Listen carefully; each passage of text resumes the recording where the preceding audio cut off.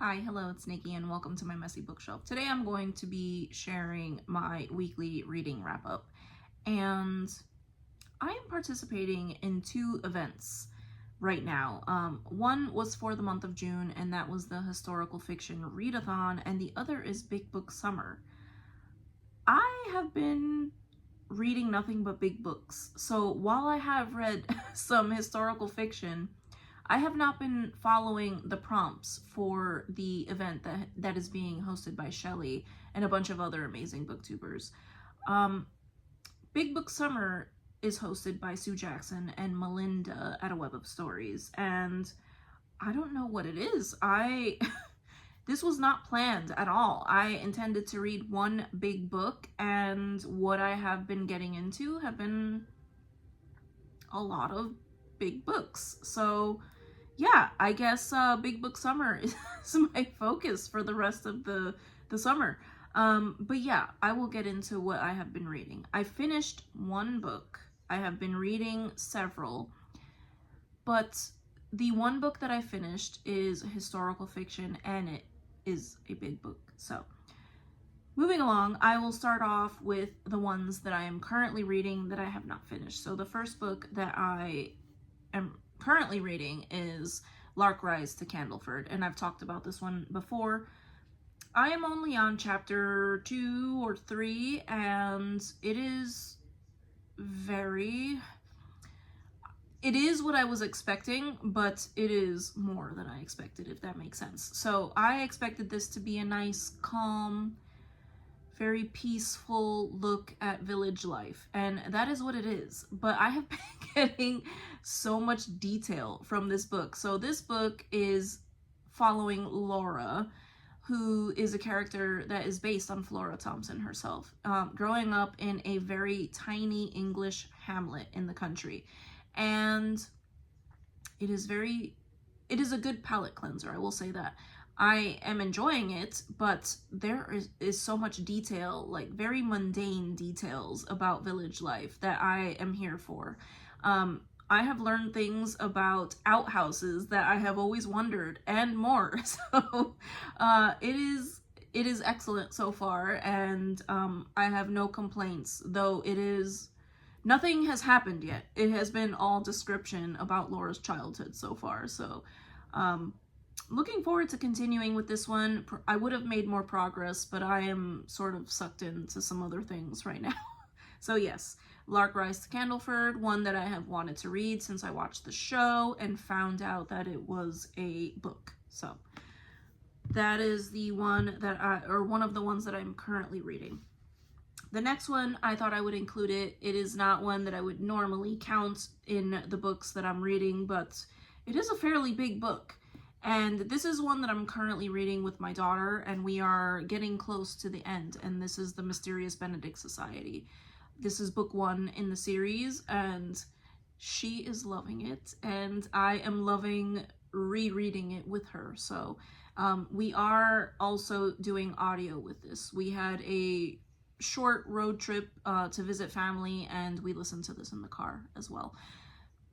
She told me, and she used the word delightful. She said that this story is delightful. So apparently she's been listening to me making videos and using that word, but it is a story of 4 very unique and gifted children, and they are on a secret mission to figure out what is going on at a school that seems to be the source of some troubling things that are going on in the world. So it is delightful, just like my daughter said. So we are getting very close to the end of this, and should be finishing it in the next day or 2.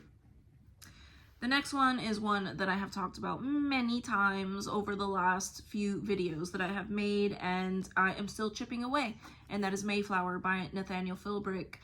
I would have finished this already if it hadn't been for the other things that I've been reading, because I am really enjoying this, and Nathaniel Philbrick is an excellent nonfiction writer. I will say that. I am so drawn in while I am reading, and he makes it even details that you might not think that you like or care about, he makes it very interesting. And this is a very interesting topic.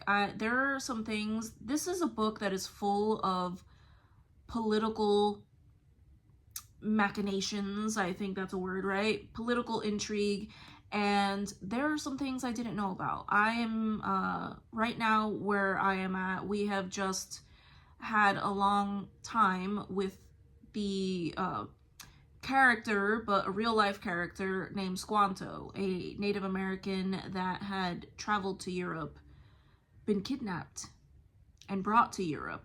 But he has been a big part of the story for the last chapter or two, and it's been very fascinating to see how the different tribes and the settlers have been playing off of each other and trying to best the other. So it has been very fascinating to see things that I didn't know about. When I grew up, we had the Charlie Brown Thanksgiving special. And then when we got older into high school, we learned that that is not how it actually happened. So we learned that the settlers were antagonists and they were the bad people. And now I am reading this and I am hearing stories about how terrible everybody was to each other. People double-crossing each other on both sides, and their quest for power using the other side to play off against each other. And a lot of things that I never knew about this. So it is very fascinating. I am still very much enjoying it, and I do still anticipate finishing before June ends. So moving on, the book that I finished this month, and again, all of those books that I just mentioned are big books that qualify. I believe the page number is 400 pages or more, and all of these are well over 400 pages. So moving on, the next one is the one that I did finish, and it is definitely 2 times over, maybe. What is this? It's almost 700 pages. So this is Shogun, Part 1 by James Clavell. And I started reading it, and I finished a big book in 1 week.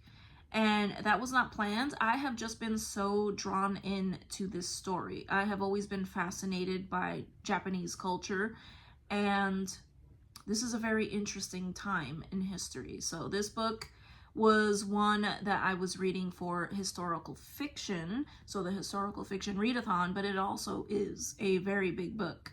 And I didn't expect to get caught up in this world, and I was.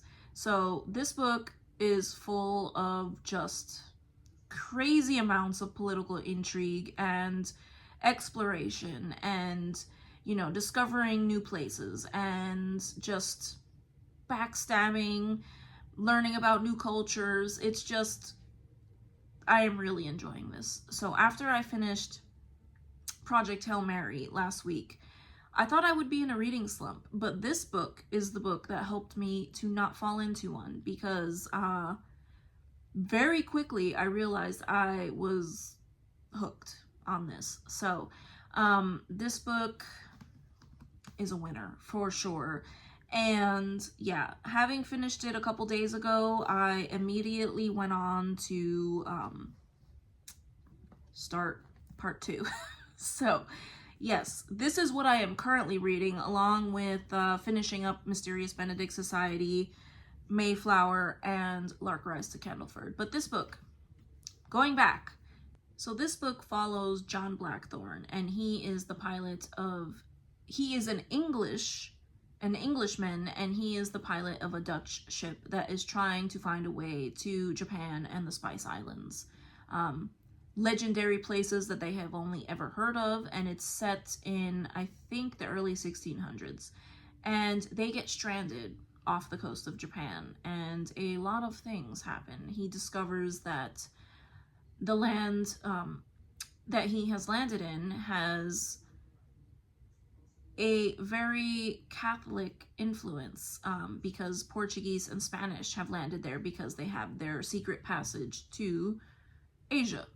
and just the political intrigue. And excuse me if you hear my dog barking, he always sleeps right next to me when I am filming.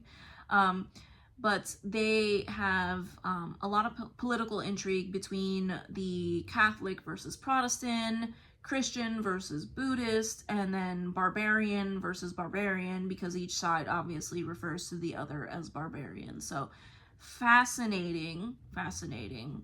And I was completely sucked in. So yes, I am on to book 2 and already thoroughly enjoying it.